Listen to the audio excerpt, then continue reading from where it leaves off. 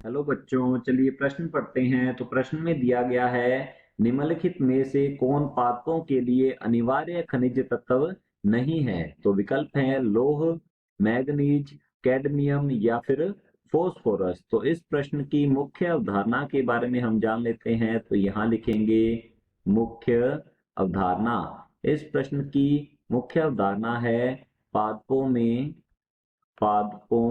में खनिज पोषण। तो लिखते हैं पादपों में खनिज पोषण। पादप जो है अपनी जरूरत के खनिज तत्व जो है ये मृदा से आयनों के रूप में ग्रहण करते हैं। तो यहाँ हम लिखेंगे पादप पादप मृदा या मिट्टी से मिट्टी से खनिज तत्व खनिज तत्वों को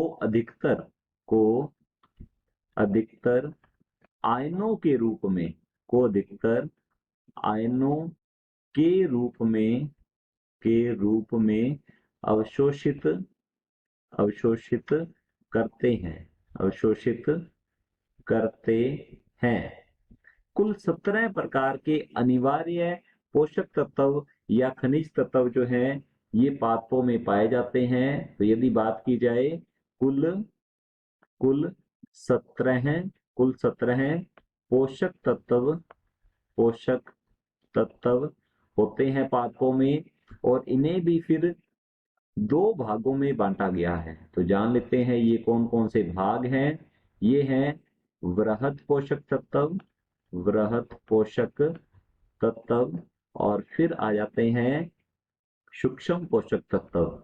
सूक्ष्म या लघु इन्हें कहते हैं सूक्ष्म पोषक तत्व। अब वृहद पोषक तत्व जो है इनकी यदि मात्रा की बात की जाए तो मात्रा के आधार पर इन्हें पोषक तत्वों को दो भागों में बांटा गया है। वृहद पोषक तत्व इनकी शुष्क भाग में पादप के शुष्क भाग में इनकी मात्रा अधिक होती है। तो यहाँ पर इनकी मात्रा हम लिख सकते हैं जैसे कि 1 से 10 मिलीग्राम प्रति ग्राम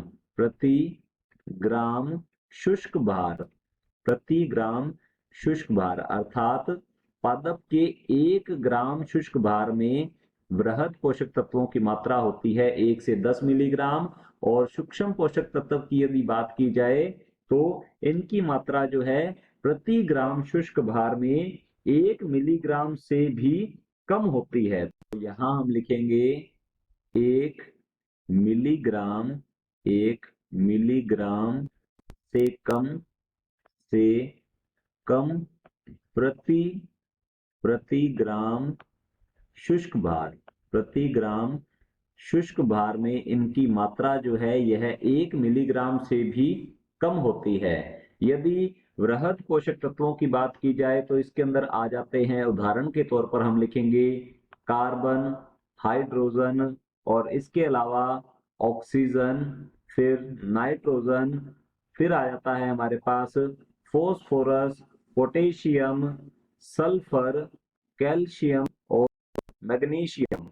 ये सभी जो है ये होते हैं हमारे पास वृहद पोषक तत्व। और यदि सूक्ष्म पोषक तत्वों की बात की जाए तो ये है जैसे कि हमारे पास boron boron manganese copper copper, zinc, और फिर मोलिब्डेनम, क्लोरीन और निकल।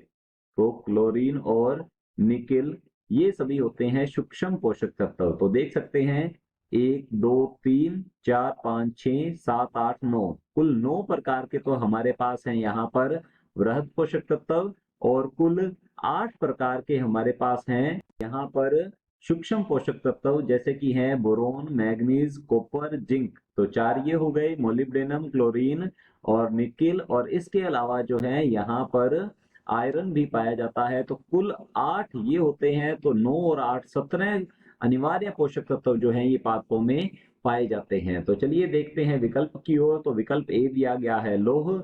तो लौह जो है यह भी अनिवार्य तत्व है। हमसे पूछा गया है निम्नलिखित में से कौन पादपों के लिए अनिवार्य खनिज तत्व नहीं है। तो हमारा पहला विकल्प जो है ये गलत होगा, क्योंकि लौह जो है आयरन यह अनिवार्य पोषक तत्व है। बी दिया गया है मैग्नीज, मैग्नीज भी अनिवार्य पोषक तत्व है, तो हमारा बी विकल्प भी गलत होता है। सी दिया गया है कैडमियम, तो कैडमियम जो है यह अनिवार्य पोषक तत्व में नहीं आता, तो हमारा सी विकल्प बिल्कुल सही उत्तर है। और डी विकल्प दिया गया है फॉस्फोरस, तो फॉस्फोरस भी एक अनिवार्य पोषक तत्व है पादप के लिए, तो हमारा डी विकल्प भी गलत होता है। विकल्प सी बिल्कुल सही उत्तर है। आशा करता हूं आपको समझ में आया होगा। धन्यवाद।